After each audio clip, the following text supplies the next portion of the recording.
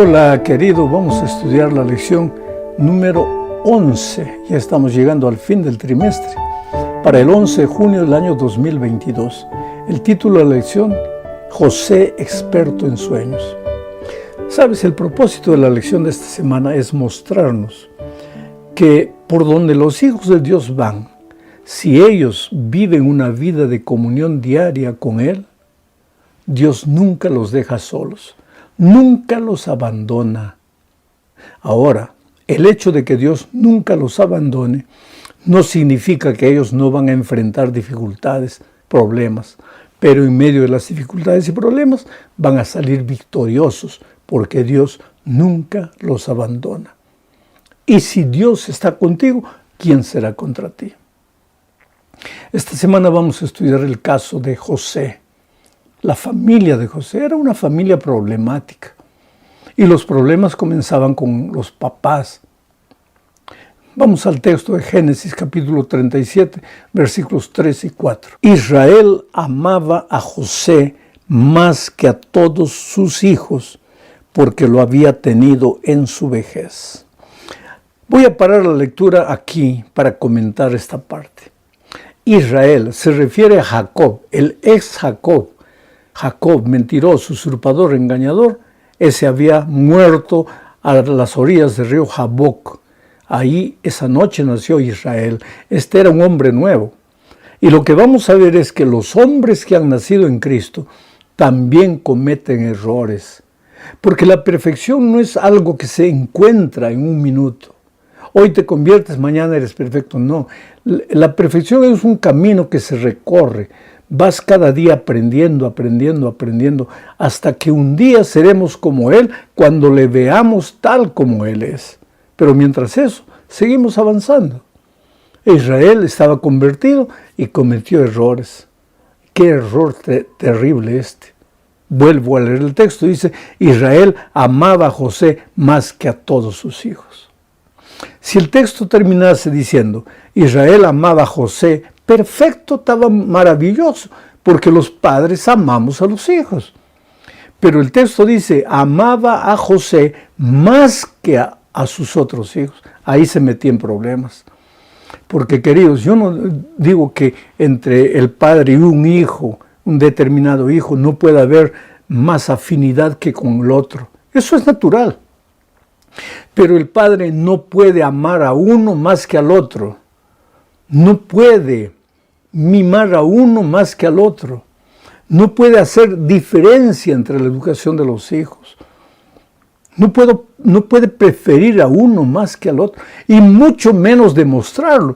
Porque Jacob no solo amaba a José más que a los otros, sino que le mandó a hacer una túnica. O sea, lo demostraba públicamente.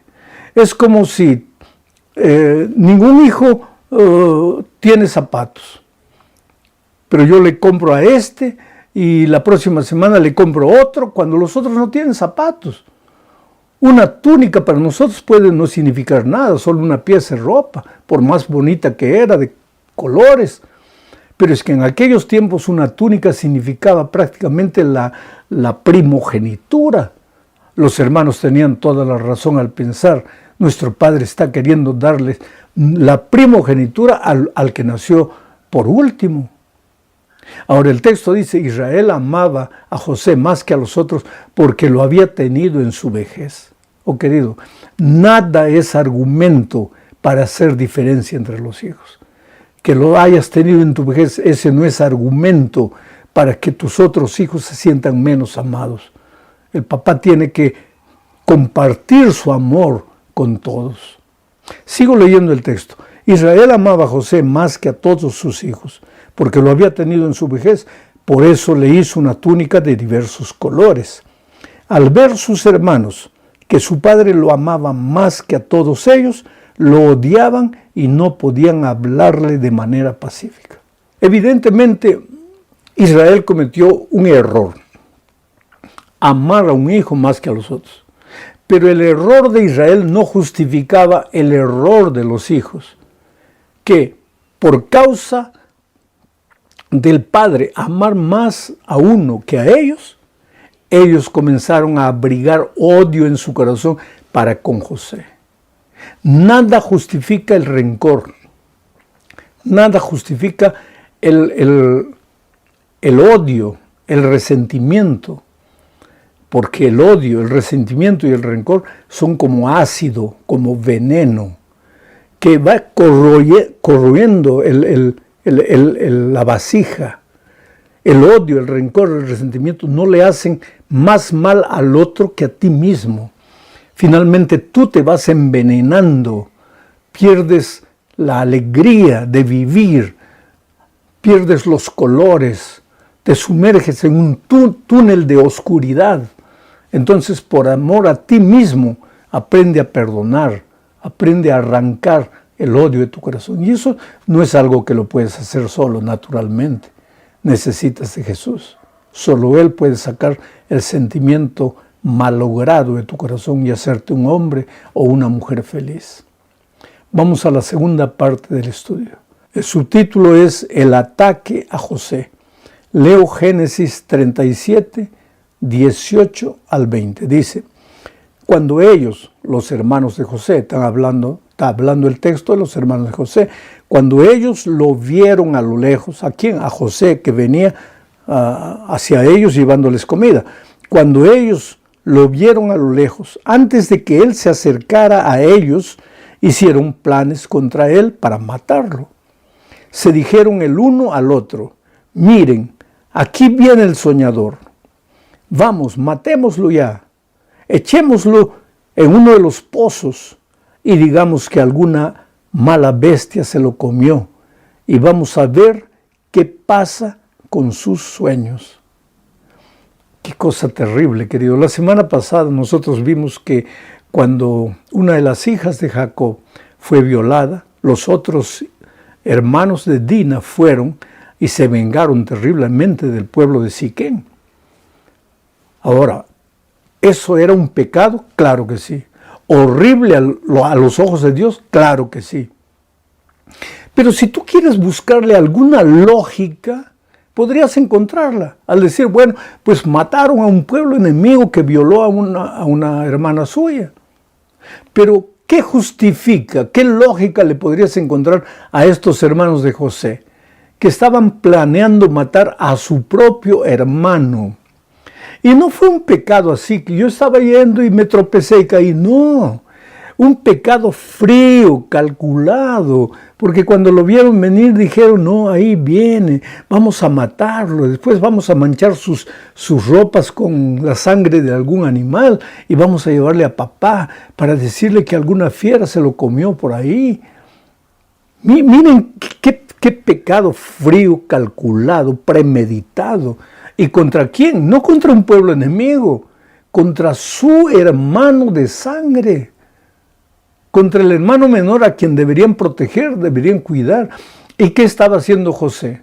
José estaba yendo al campo, llevándoles comida, haciéndoles el bien y ellos esperándoles con el mal.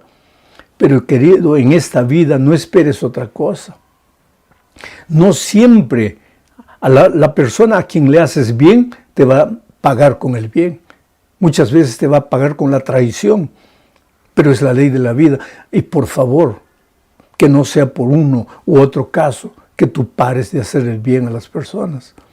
Y eso no es natural del hombre, del ser humano, así como nosotros, en nuestro estado natural, pues el deseo es venganza, el deseo es justicia.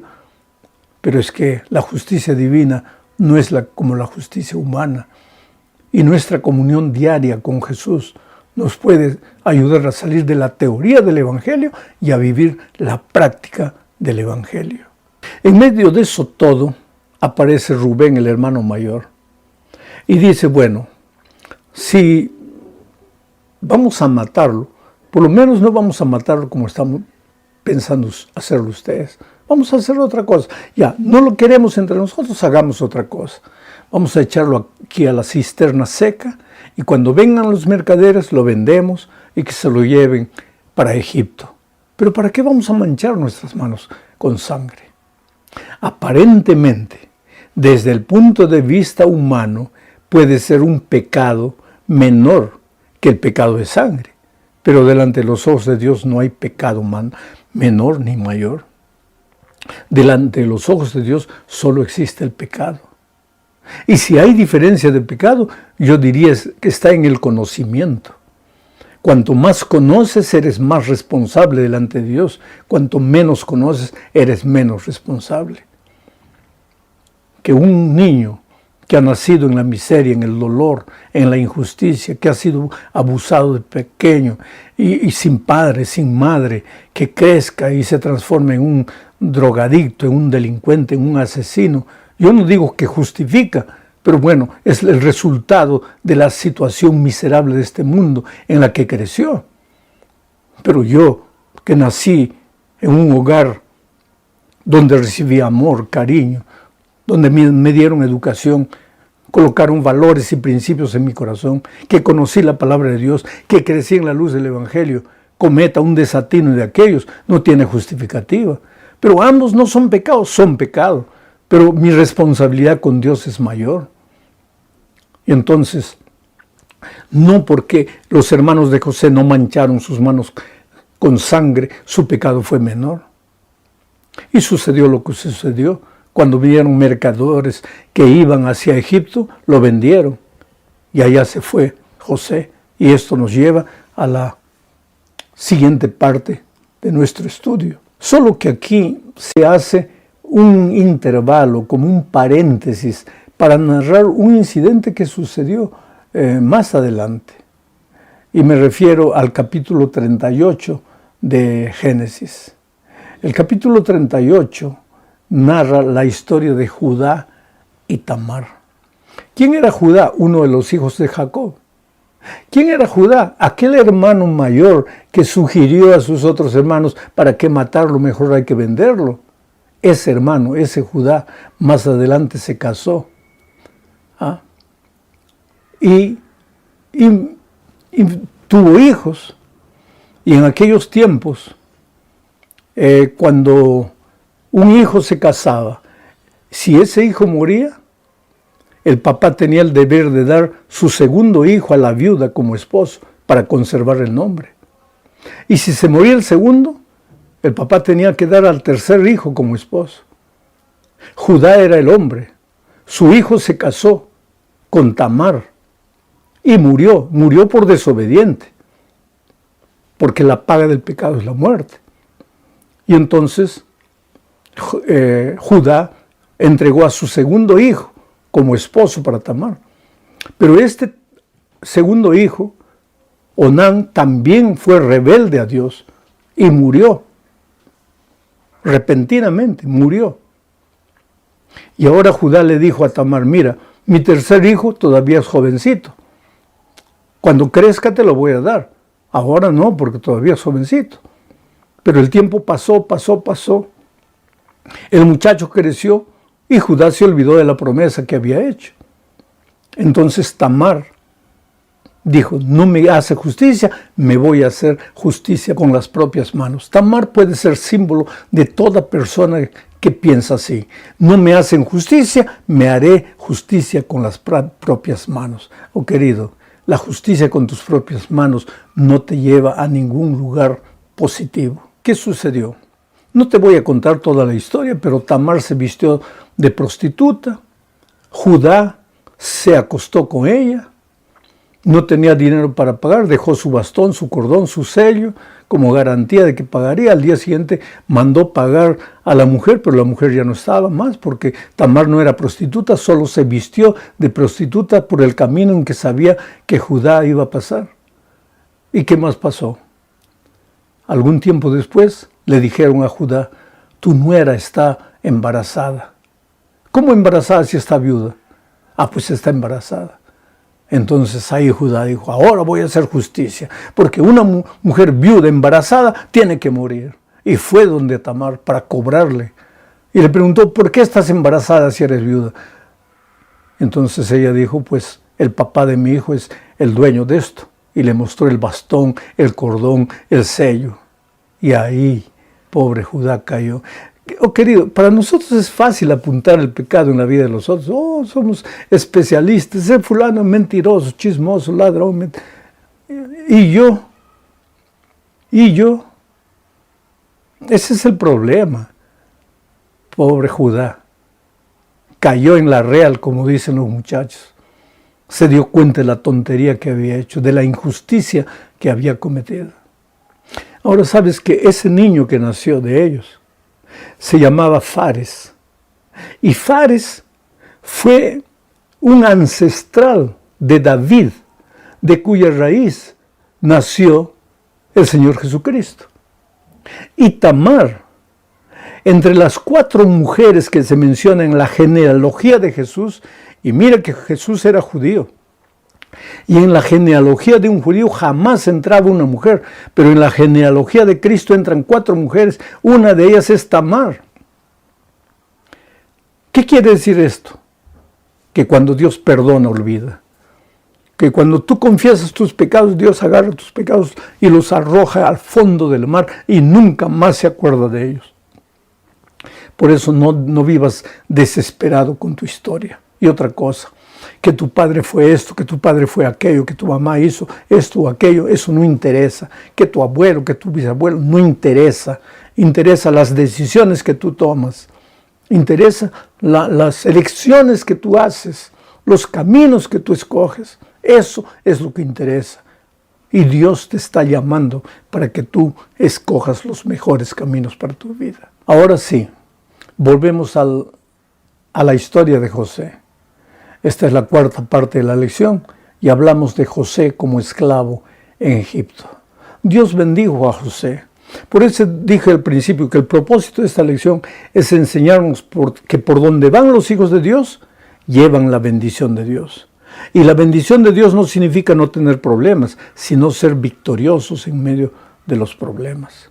Cuando José fue vendido, el espíritu de profecía dice que la caravana que lo llevaba iba por las montañas y él vio el campamento de su padre a lo lejos. Y prometió a Dios que sería fiel a los valores y a los principios que había recibido de niño. Y así fue.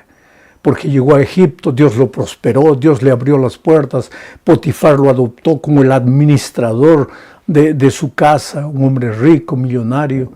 Pero un día la mujer de Potifar se enamoró de José. José resistió. Me impresiona lo que él dice. ¿Cómo pues haría este mal contra mi Dios? No dijo qué dirá la iglesia, qué dirá el pastor, qué dirá mi hijo. No pensó en los otros, pensó en Dios. Que nadie me vea, porque eso es lo que la mujer de Potifar le decía. Nadie nos ve. Pues que nadie nos vea, ¿qué importa? Lo que importa es que Dios me ve. ¿Y cómo podría hacer este mal contra mi Dios? Oh querido, la vida cristiana es una vida de comunión con Dios. Quien dirige no es un manual que te dice esto sí, esto no. Quien dirige tu vida es el corazón de Dios, es el corazón hablando, la voz de Dios hablando en tu corazón y diciéndote, hijo, este es el camino, ve por él. Cuando llegue el momento de la tentación, no pienses en la disciplina, en el castigo que te van a borrar de la iglesia. Piensa, ¿cómo podría hacer esto contra mi Dios? ¿Por qué? Porque tú amas a Jesús y porque entre tú y Él existe la más linda relación de amor. Llegamos al fin de la lección. Como consecuencia de este incidente con la esposa de Potifar, José va a la cárcel. Y ahí tú puedes pensar, pues en la cárcel acabó todo. No, acabó todo para el que no tiene a Dios en su vida. Tú puedes llegar en este mundo de injusticia, de miseria, de dolor. Puedes llegar al fondo del pozo, al fondo de la mazmorra. Como a Isaac, el cuchillo puede estar aquí en la garganta. Desde el punto de vista humano, todo puede parecer perdido. Pero si tú amas a Jesús, querido, nada está perdido. Y de ahí, de la cárcel, Dios lo sacó. Y lo sacó a través de los sueños, del ministerio de los sueños. Quiero hablarte un poquito de sueños para que no te compliques la vida, querido. Hay 3 motivos por los que básicamente soñamos. Primero, porque mientras tu consciente descansa, tu subconsciente trabaja. tu cuerpo está durmiendo, pero tu inconsciente está trabajando. Y si tu consciente está muy preocupado con algún problema, de alguna manera, cuando duermes, tu inconsciente sigue procesando el problema que estás enfrentando conscientemente. Y ahí viene el sueño, relacionado con lo que estás haciendo. Pero hay un segundo motivo. A veces tú sueñas porque has comido mucho en la cena. Y tu cuerpo no descansa. Y lógicamente, pues vienen los sueños, que pueden ser hasta pesadillas. Y tercero, Dios se puede revelar a ti a través de sueños. Pero cuidado, cuidado. En los tiempos bíblicos, Dios se revelaba mucho a través de sueños. ¿Por qué? Porque no había Biblia, no había palabra revelada, escrita, no había. Entonces la manera como Dios se revelaba era a través de visiones, a través de sueños, o muchas veces Él personalmente llegaba y hablaba. Pero hoy tú tienes la palabra escrita. ¿Quiere decir que Dios hoy día no me puede dar sueños? Te puede dar sueños, sí. ¿Pero cuándo? Cuando la palabra de Dios escrita no te revela.